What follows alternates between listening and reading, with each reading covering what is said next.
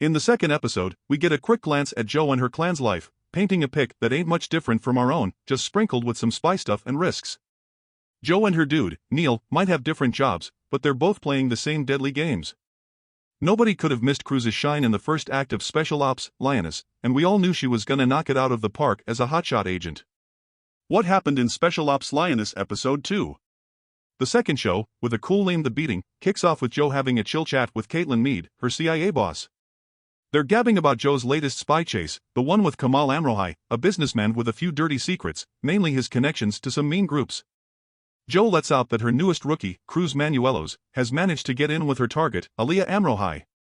With Cruz all settled in the Love City, Paris, Jo's hanging out in the city that's always awake, New York.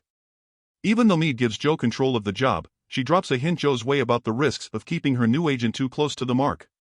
Moreover, Jo's personal biz isn't all fun and games either.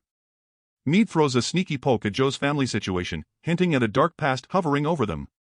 In the meantime, Jo's eldest kiddo, the firecracker Kate, is caught up in an ugly school scrap after some meanies decide to pick on her race. On the other side, Neil, Jo's main squeeze, who's also a doc, is swamped with a little patient fighting a tough enemy, nasty brain tumor. After a tussle with the little one's dad, Neil ends up having to fetch Kate from school cause she's been benched. At home, he grills Kate for her antics and, like any dad would, takes away her phone. When Jo gets back to base, she's filled in on the day's happenings and works her charm to calm the upset folks in the house before spending some chill time with Neil.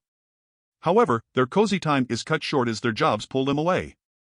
In the meantime, our fearless agent Cruz finds herself snatched from her crib in the middle of the night during a jog. She's held prisoner and gets a hard time from some rough guys. The plot twist?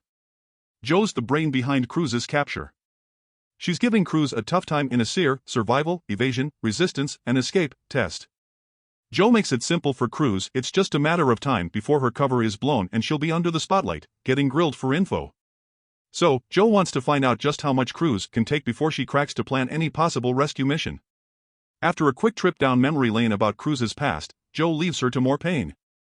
But, the test is cut short by an alert cop on the scene. Jo fights for her view, arguing it's really important to find out Cruz's limits given the mission to end her life she's on.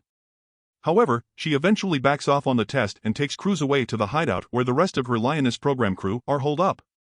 As the episode starts to wrap up, Cruz is told to crash with the rest of the task force led by the tough but fair Bobby. After getting cleaned up, Cruz sits down for a friendly drink with her new crew, during which she lets out the beans about the SEER test. This news, especially the brutal and unofficial nature of the test, pisses off Bobby. She decides to stand up for Cruz and tracks down the cops who carried out the SEER test.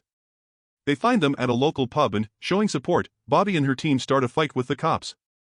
The fight is cut short when one of them lets out that the test had Jo's okay from the start. The team has to back off from the bar scrap when Cruz gets an unexpected ring from Aaliyah, her target. Aaliyah drops a bomb, she's in Atlanta and wants to meet Cruz.